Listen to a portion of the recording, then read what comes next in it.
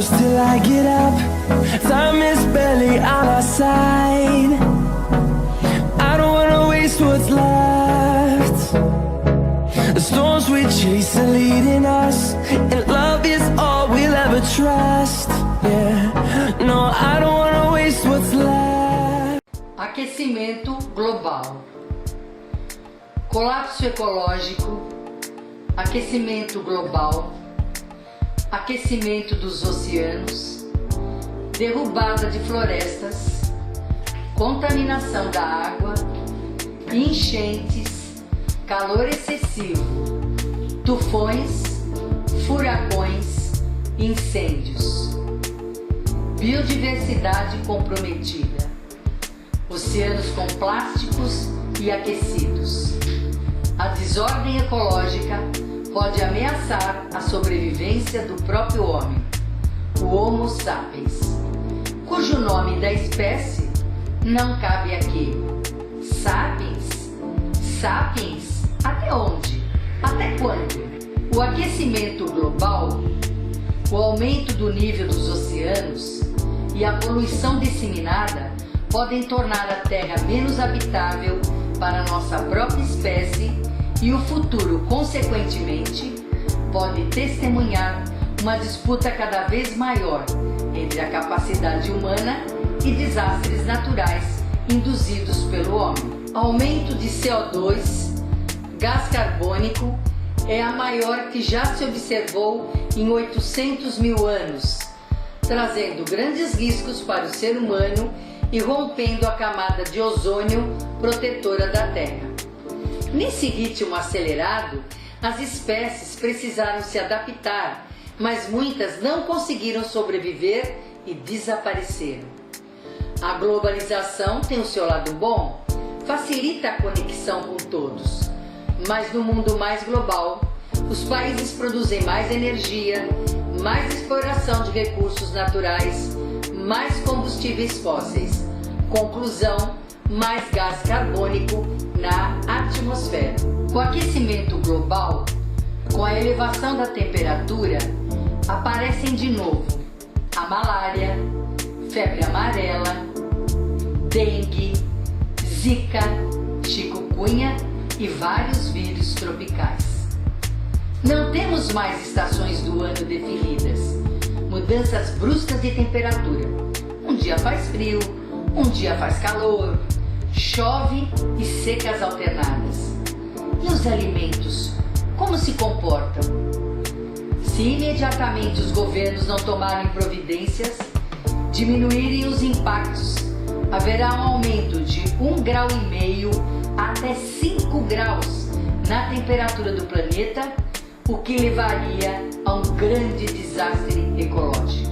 Segundo a Organização Mundial de Saúde, hoje temos 150 mil mortes causadas pelo aquecimento global, devido ao calor e frio extremos, chuvas com grandes inundações e alagamentos, secas e poluição do ar.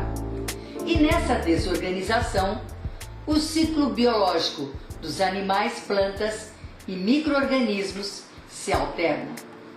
Mosquitos selvagens podem vir a aparecer e se adaptar e transmitir doenças para nós humanos, como foi o caso do coronavírus e outras pandemias. Os vírus podem viajar de um continente para outro através dos aviões em apenas algumas horas. Uma pandemia é uma epidemia de grandes proporções. Os cientistas temem que a humanidade seja a vítima frequente delas, que possa matar milhões de pessoas no mundo e até exterminar espécies, inclusive o homem. Os micro-organismos são seres vivos que não se vê, mas se defendem e também querem sobreviver.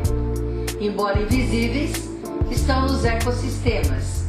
Esse contato com humanos se reorganizam para sobreviver, provocando epidemias. O mundo dos micróbios é mais acelerado, tem a capacidade de reprodução e mutações rápidas e facilidade de se adaptarem e conseguem fazer mutações várias para sobreviver. também sofrem com as mudanças climáticas, destruição dos ecossistemas e migram de um país para o outro. Saem do ambiente natural da floresta para as cidades e, de encontro a um hospedeiro, atacam o homem. O que observamos hoje? A sazonalidade da doença que ficou deslocada. Dengue antes era mais no calor, hoje o ano todo. Coronavírus mata no frio? Não, hoje não importa a estação do ano. Pandemias e epidemias diminuíram o espaço entre uma e outra. Em 15 anos já tivemos dengue, chikungunya, zika, coronavírus, volta da malária, febre amarela, H1N1, tuberculose e sarampo. A motosserra chega à Amazônia, garimpo, agronegócio, exploração de minerais, contaminação dos rios, nos coloca em contato com vários organismos, vírus e bactérias que se encontram no ecossistema. Somos refém de um sistema de produção anticientífico que provoca a doença. A próxima pandemia pode vir de países tropicais, como por exemplo o Brasil.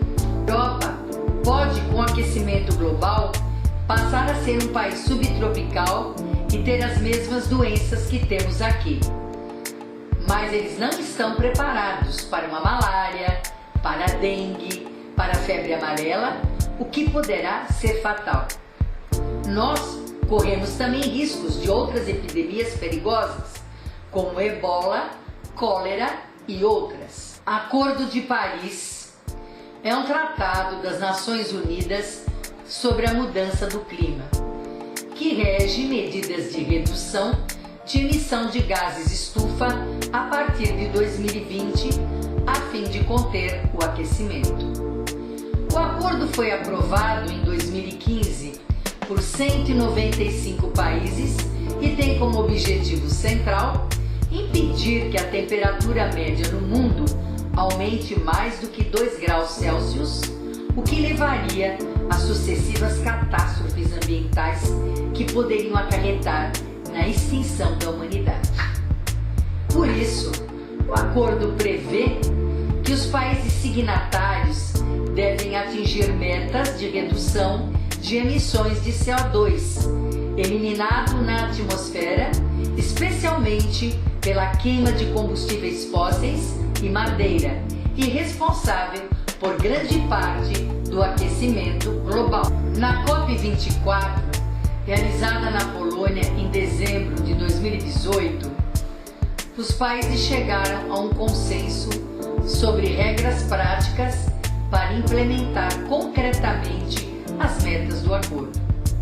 As nações mais pobres e vulneráveis pretendiam uma maior clareza no que diz respeito ao financiamento para melhorar as suas infraestruturas e uma abordagem mais justa das desigualdades entre os países, na qual os ricos, os maiores emissores poluentes do planeta, deveriam se empenhar ainda mais na ajuda aos mais pobres, um comprometimento sem precedentes de todas as nações e uma mudança rápida nos sistemas de produção e consumo para que esse nível seja mantido. Isso exigirá uma queda de 45% nas emissões totais até 2030 e de 100% até 2055. Os Estados Unidos confirmaram a saída do Acordo de Paris às Nações Unidas em 2019. Este é o primeiro passo formal dos americanos na saída do Pacto Global no combate às mudanças climáticas. Todo o processo deverá durar um ano.